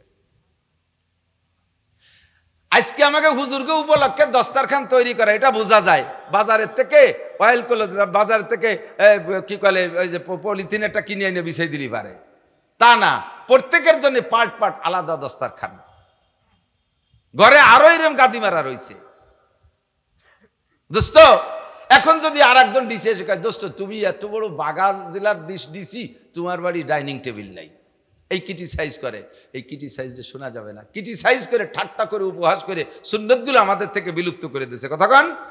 সুন্নতের পর আমল করলে ঠাট্টা করে। কলেজের ছেলে যদি জামা জুব্বা পাগড়ি পরে, অন্য যারা আছে আসুসা পাউদুয়া ফাঁসা বাইরুনু প্যান্ট পরে, তারা তার এটা উজু রয়ে গেছে, চোখ আক্কা বাক্কা খাইয়ে দাঁত বার হয়ে যায় ছিটকিয়া, ঠিক না?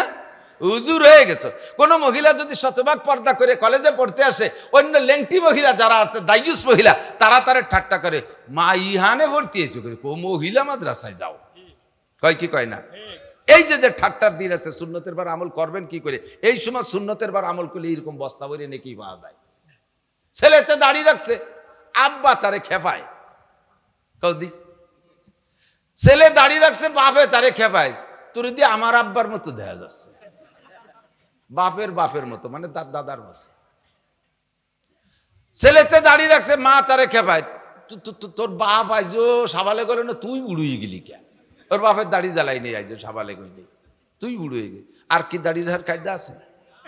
স্বামীতি দাঁড়িয়ে রাখছে, বউতি কয় যে তোমার আমার বর্ষার মতো দেখা যাচ্ছে। যে জায়গায় হাত দেবে সেই জায়গায় বিপদ। প্রত্যেকটা সুন্নতের পর আমল করা কঠিন হয়ে গেছে। কথা কোন ঠিক ঠিক না? সরে চলে গেছি বহুদূর। তো দোস্ত, নবী পাক উসুল বলে দিয়েছেন, নারীরা লেখা শিখবা না। কেন শিখবা না? তুমি বারা গবেষণা করে ঢুকে দেখো, এক শিখলে দেশে জেনা বাড়বে, ব্যভিচার বাড়বে, জারজ সন্তান বাড়বে, পুরুষদের বেকারত্ব বাড়বে, আর হারামজাদা বাড়বে, দেশটা জারির বাসায় ভরি যাবে 100 বার। কারণ ছেলেরা শিক্ষা অর্জনের পরও চাকরি পাবে না, মায়েরা চাকরিজীবী হবে, আর বেকার ছেলের সাথে বিয়ে বসবে না, বিয়ে করে নাই আর বিয়ে বসে নাই বিদায় যে আভ্যন্তরীণ কর্মকাণ্ড ঠেকে থাকবে তা থাকবে না। তারা বিভিন্নভাবে অবৈধ পন্থা এগুলো করতে থাকবে, আর দেশে জারজ সন্তান পয়দা ধীরে ধীরে বাড়তে তালে থাকবে।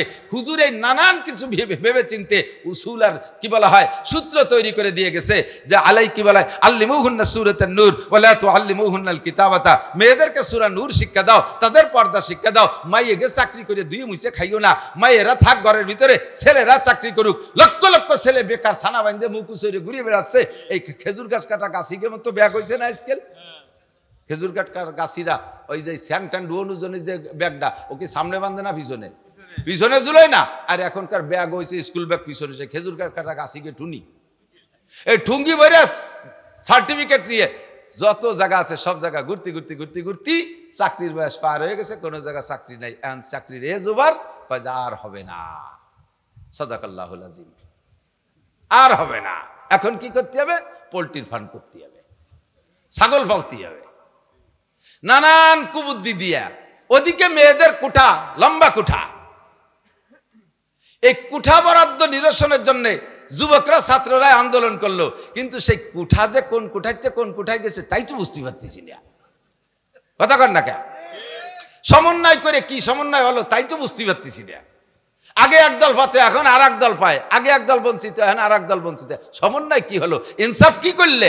বেইনসাফি করলে আসমান জমিন থেকে রহমত বরকত উঠে যাবে, আল্লাহর গজব আসমান জমিন থেকে বের হওয়া শুরু হয়ে যাবে। কতক্ষণ ঠিক না? আমরা সকলে শান্তি চাই, সর্ব অবস্থায় কি চাই? জোর হলো না? অশান্তি চান একজন মানুষ আছেন? অশান্তি চা 4-5 জন আছে। ও তালে তালে উঠে বেলাইছে। শান্তি চাই সবাই। কতক্ষণ কি চাই? শান্তি চাই। অশান্তি চাবেন না, দরকার নাই। শান্তি চাইয়ে তাই বাসছি না। আর অশান্তি যদি চান তাহলে কেউ কোন জায়গা যে ঠেকবেন। কখনো অশান্তি চাবেন না, অশান্তির দোয়াও করবেন না। কেউ চাই না যে আমার স্ত্রী সকালবেলা ঘুমের উঠে জুতো দিয়ে দুটো বাড়ি দিক, এ চাইনি কি কেউ? আল্লাহ এতদিন ভালোই দেখছি, এখন চোখ দুটো কানা হয়ে যাক, কেউ চান? আল্লাহ ইরিদান লাগাইছে, পাইয়ে যাওয়ার পরে কাটার আগে যেন শিল পড়িয়ে সব শেষ হয়ে যায়, কেউ কয়? আল্লাহ 20 লাখ টাকা ইনভেস্ট করছি পোল্ট্রির ফার্মে, মুরগি যেন সব অ্যানথ্রাক্স হয়ে মরি সাফ হয়ে যায়, কেউ কয়? কেউ অশান্তি চায় না। সুখে শান্তিতে স্বাবলম্বী, সচ্ছলতা, অর্থনৈতিক শান্তি, পারিবারিক শান্তি, সামাজিক শান্তি, ব্যক্তিগত শান্তি সকলে আমরা কামনা করি। আল্লাহ শিখাই দিয়েছে, তুমি দোয়া করো, রব্বানা, পড়বেন আমার সাথে, রব্বানা আতিনা ফিদ দুনিয়া হাসানা ওয়াফিল আখিরাতি হাসানা ওয়া কিনা আযাবান নার। আতিনা ফি দারি দুনিয়া না হাসান, আতিনা ফি দারে উকবানা হাসান। আল্লাহ দুনিয়াও শান্তি দাও, আখিরাতেও শান্তি দাও, জাহান্নামের আগুন থেকে বাঁচাও। দুনিয়াও কান্তি চাই না, আখিরাতেও কানতে চাই না। কথা বলুন ঠিক ঠিক না? দুনিয়াও খুশি খাসাল থাকতে চাই, আখিরাতেও শান্তিতে জান্নাতে যাইতে চাই। আতিনা ফি দারে দুনিয়া না হাসান, আতিনা ফি দারে উকবানা হাসান। সর্বাবস্থায় শান্তিতে থাকতে চাইবো। হযরত উসমান গনি রাদিয়াল্লাহু তাআলা আনহু, উনিও ওই 2,40,00,000 বর্গ মাইল দেশের প্রেসিডেন্ট ছিলেন। বরঞ্চ উসমানের সময় এসে আরো দেশ বড় হয়েছে, আরো বড় হয়েছে। তো হযরত উসমান তো আগের থেকে ধনী মানুষ। আর ধন সম্পদ, খেয়াল করেন, কেউ কেউ যদি আল্লাহ তাআলা ধন সম্পদ দেয়, হালাল ভাবে দেয়, এটা দোষের না। হালাল ভাবে সারা পৃথিবীর মালিক হলিও কোনো সমস্যা নাই। সম্পদ পাইয়া, নিয়ামত পেয়ে একটু শুকর আদায় করবেন, আলহামদুলিল্লাহ। তাহলে কোটি কোটি কোটি কোটি হাজার কোটি টাকার শুকর কাফারা আদায় হয়ে যাবে। আর হারাম ভাবে সাইরেনার মালিক হলিও ভাষা চামড়া থাকবে না, পিটি সালা বাঁধতে যাইয়েন। শস্য তেল মাহাজেন যাতে বাড়ি স্লিপ করে চলে যায়। হারাম ভাবে সাইরেনার মালিক হলিও খবর আছে, ঠিক না? নিয়ামত পাইয়া অনেকে আছে ব্যবহার করে না। এদিক বহুত মানুষ আছে 10-20 বিঘে জমির মালিক, ছেলেরা টাকা পাঠায়, বাজারে যায়, বাজার করতে একেবারে সন্ধ্যের আগে যাইয়ে দেয় যে কয়টা পচা ফুটি টুটি আছে এই কিনে নিয়ে আসে। জীবনে আগাটা আটে যায় না, ভালো একটা মাছ কিনে খায় না, অত লক্ষ লক্ষ টাকার মালিক আছে না এরকম? না শকর, না শকর, অকৃতজ্ঞ। একই আমি খাবো না, তা কার জন্য থিয়ে যাবে? শেখ সাদি রহমাতুল্লাহ আলাইহি বলেন, নেকবক তাকে খর্দ কেশ, বদবক তাকে মর্দ হেশ। ভাগ্যবান সেই লোকটা যে লোকটা কামাই করে হালাল ভাবে পরাণ ভরে খাইয়ে গেল আর আখেরাতের জন্য কিছু করে গেল, এই লোকটা ভাগ্যবান, এই লোকটা ভালো। আর বদবক তাকে মর্দ হেশ, আর কপাল বুড়া সে জীবন ভরে গামছা মুড়াই দিয়ে কাঁচা দিয়ে কামাই করিয়ে গার রক্ত পানি করে ইনকাম করিয়ে সব থিয়ে চলে গেল, খাইয়ে গেল না পরাণ ভরে, আখেরাতের জন্য কিছু করে গেল না। দামি একটা লুঙ্গি ভরবে না, জীবন ভরে 250 টাকা দামের লুঙ্গি, 2 দোয়া দেওয়ার পরে তার মার মোড় কাটিয়ে যায়। নামাজে মসজিদে দাঁড়ালি পরে সামনের মুসল্লি পিছন দিয়ে তাকালি, ওনার আউলাকে সব দেখা যায় এক্সের মতো। কথা কন, অথচ সে 2000 টাকা দামের লুঙ্গি কিনে ভরতে পারে। ভালো একটা মাছ খাবে না, ভালো একটা জামা পরবে না, ভালো একটা লুঙ্গি কিনে পরবে না, ভালো একটা শাল কিনে গায়ে দেবে না, ভালো একটা বেড বিছানা কিনে তার পাশে হবে না। সেই পুরো নিয়ে আদিকালে খেতা তার কোনার মধ্যে উড়োস আর সার পোকা রাতভর কামলা তিতালে থাকে। একটা মশারি বানাবে না, মশারি বানাইছে তা বছরের মধ্যে ধোবে না, ছাগলের মুতির গন্ধ তাতে।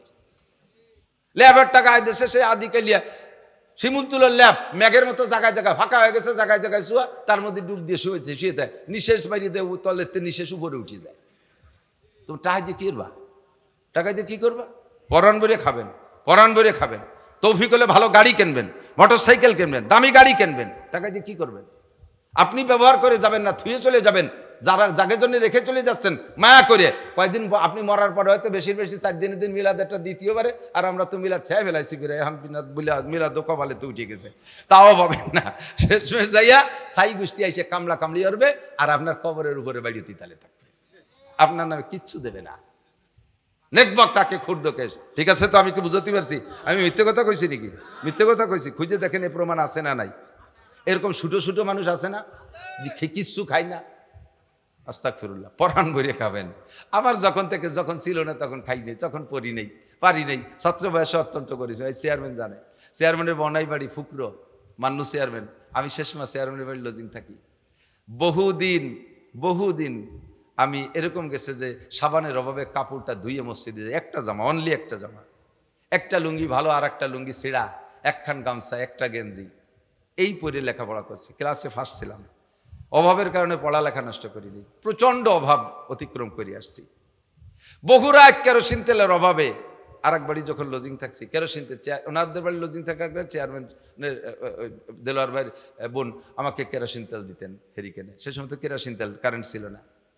অন্য জায়গায় লজিং গেছি, সেখান থেকে কেরোসিন তেল দেয় না। বহু চাঁদনি রাত দেখে রাতের বেলা চোখের পাওয়ার ভালো ছিল, রাত্রে কিতাব, চাঁদনি রাত্রে বাইরে বসে পড়ছি, হেরিকেন জ্বালাইনি, যে তেল নাই। এই অভাব চলে গেছে। ছাত্র ভাইদের পুরন স্যান্ডেল ফেলাই দিয়েছে পঞ্চ, তাতে সেলাইনির পাইপের ফিতে দিয়ে পাই দিছি।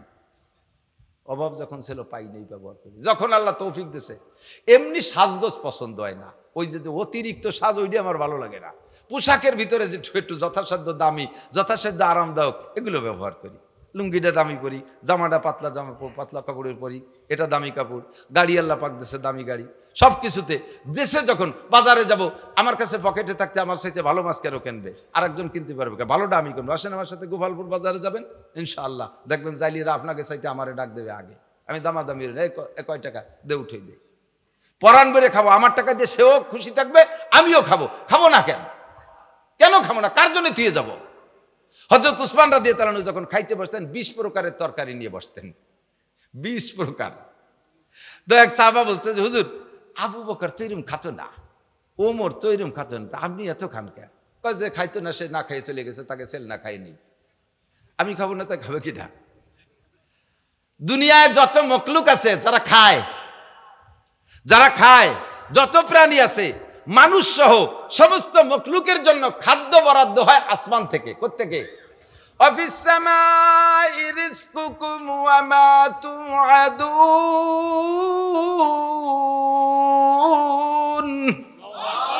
আসমান থেকে তোমাদের জন্য রুজি আসে। কোত্থেকে? ওসিলা কিডা? কার নামে বরাদ্দ হয়? সমস্ত মোমেনরা, ইমানদাররা, ইমানদারের নামে বরাদ্দ হয়। ইমানদারের নামে, আপনাদের নামে বরাদ্দ। খাইয়ে যায় ডোনাল্ড ট্রাম্প, খাইয়ে যায় নেতানিয়াহু, খাইয়ে যায় নরেন্দ্র মোদী, খাইয়ে যায় ওয়াং সাং সুচি, খাইয়ে যায় চাইনালারা, খাইয়ে যায় হিন্দু বুদ্ধ খ্রিস্টানরা। বরাদ্দ আমাদের নামে, আমরা খাবো না, আমাদের নামে বরাদ্দ ওরা খাবে, এটা হতেই পারে না। কথা বলেন ঠিক না?